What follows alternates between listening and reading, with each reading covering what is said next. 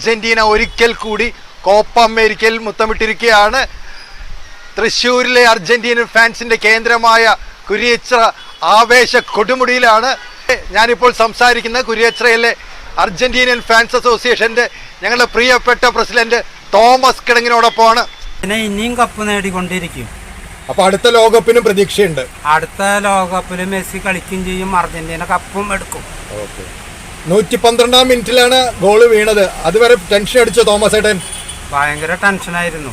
ഞങ്ങളുടെ 2-3 ഗോളൊന്നും ഉറച്ച അവസരങ്ങൾ പാഴായിപ്പോയി. വിശ്വാസം ഉണ്ടായിരുന്നോ ഫൈനലിലേക്ക് നടക്കുമ്പോൾ? ഫൈനലിൽ ഞങ്ങൾ കപ്പെടുക്കുന്നുള്ള ആത്മവിശ്വാസം ഉണ്ടായിരുന്നു. പക്ഷേ ഈ കൊളംബിയ അത്ര മോശം ടീമല്ല.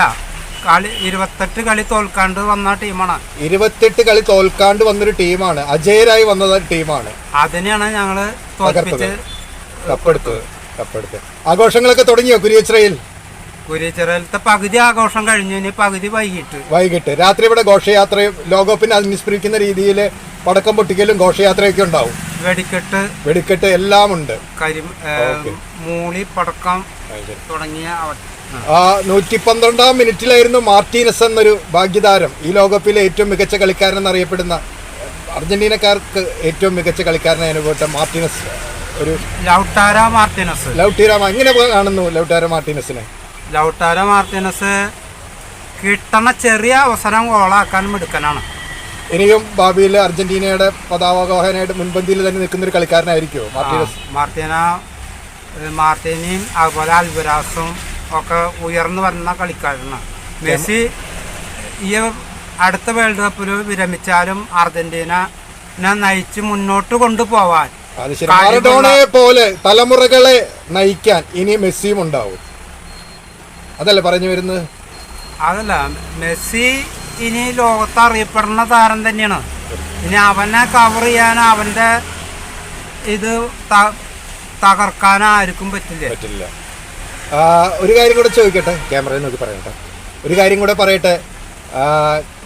ബ്രസീൽ വൻ ശക്തിയൊക്കെ തന്നെയാണ്, പക്ഷെ കാലങ്ങളായൊരു കപ്പ് നേടിയിട്ട് ബ്രസീലുകാരോട് എന്താണ് തോമസ് ഏട്ടൻ പറയാനുള്ളത്?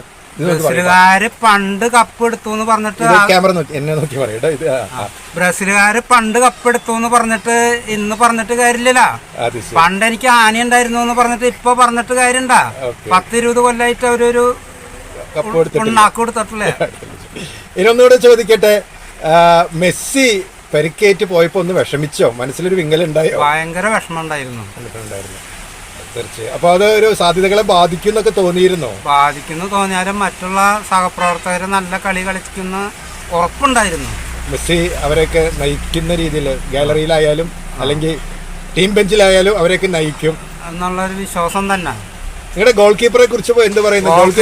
ലോകത്തിലെ 1ാം നമ്പർ ഗോൾ കീപ്പർ, അവനെ കവർ ചെയ്യാൻ ഇന്നിപ്പോ കളിച്ചുകൊണ്ടിരിക്കുന്നതിൽ ഒരു ഗോൾ കീപ്പർക്കും പറ്റില്ല. പഴയ പോലെ ഇപ്പൊ ബ്രസീൽ ഒരു കാലത്ത് പറഞ്ഞ് ബ്രസീലിലായിരുന്നു കേരളത്തിൽ കൂടുതൽ ആരാധകർ, അതൊക്കെ പോയില്ലേ ഇപ്പൊ? സത്യം പറഞ്ഞു കഴിഞ്ഞാൽ ബ്രസീലിന്റെ ആരാധകരുണ്ട്, ഇപ്പൊ അവര് മാളത്തിൽ ഒളിച്ചിരിക്കുകയാണ്. അത് ശരി, മാളത്തിൽ ഒളിച്ചിരിക്കുകയാണ്. താങ്കളുടെ അടുത്തേക്കൊന്നും ആരും വന്നില്ല, ഫോണൊന്നും ചെയ്തില്ല ബ്രസീലിന്റെ ആരാധകര്? വരാനുള്ള ധൈര്യം ഇല്ല അവർക്ക്. അത് ശരി. ഇവര് കപ്പെടുക്കുന്ന ഒരു വെല്ലുവിളിയൊക്കെ നടത്തിയിരുന്നു അവര് ലോകകപ്പ്, ഈ കോപ്പ കപ്പിലുണ്ട്. അത് ശരി. പിന്നെ എനിക്ക് ചോദിക്കാനുള്ളത് നിങ്ങളുടെ കോച്ചിനെ കുറിച്ചാണ്. കോച്ച് എത്രത്തോളം നിർണായകമായിരുന്നു? കോച്ച് നല്ല ബുദ്ധിപരമായിട്ട് കാര്യങ്ങൾ നിയന്ത്രിക്കാൻ. എന്നാലും 3 കളിക്കാരെ നീക്കിയത്, അത് താങ്കളോട് യോജിക്കുന്നുണ്ട്? ഇടയ്ക്ക് കളിക്കാരെ നീക്കിയിരുന്നു. ആ 3 കളിക്കാരെ നീക്കിയെന്ന് അവർക്ക് ഊർജം കുറവായതിന്റെ പേരിലാണ് അവരെ നീക്കി 3 കളിക്കാരെ വെച്ചപ്പോ കളി ഇത്തിരി കൂടി ഊർജ്ജസ്വലതയായി. അത് ശരി. പെനാൽറ്റിയിലേക്ക് എത്തിയിരുന്നെങ്കിൽ നിങ്ങളുടെ ഗോളി നിങ്ങൾ തീർച്ചയായും സംരക്ഷിക്കുമായിരുന്നു. പക്ഷെ അതിന് മുമ്പ് തന്നെ ഗോൾ അടിച്ച് ജയിക്കുക എന്നുള്ളത്, അപ്പം ലോകകപ്പിൽ ചിലർക്കുള്ളൊരു വിമർശനം എന്ന് വെച്ചാൽ പെനാൽറ്റിയിലൂടെയാണ് ജയിച്ചത്, അത് തീർക്കാൻ പറ്റിയില്ല തോമസ് ഏട്ടാ.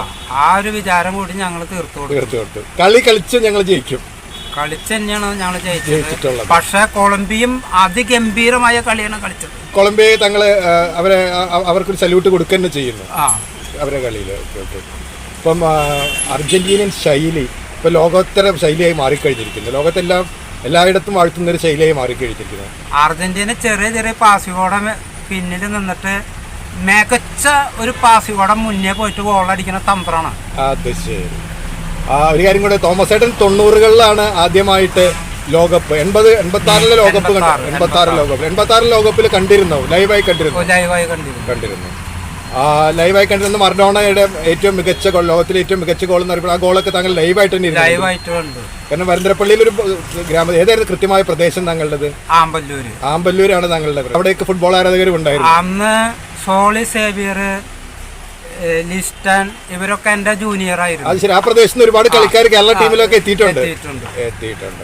അപ്പൊ ഇനി അർജന്റീനൻ ഫാൻസിനോട്, ലോകമുള്ള അർജന്റീനൻ ഫാൻസിനോട് എന്താണ് തോമസ് ഏട്ടനോട് പറയാനുള്ളത്?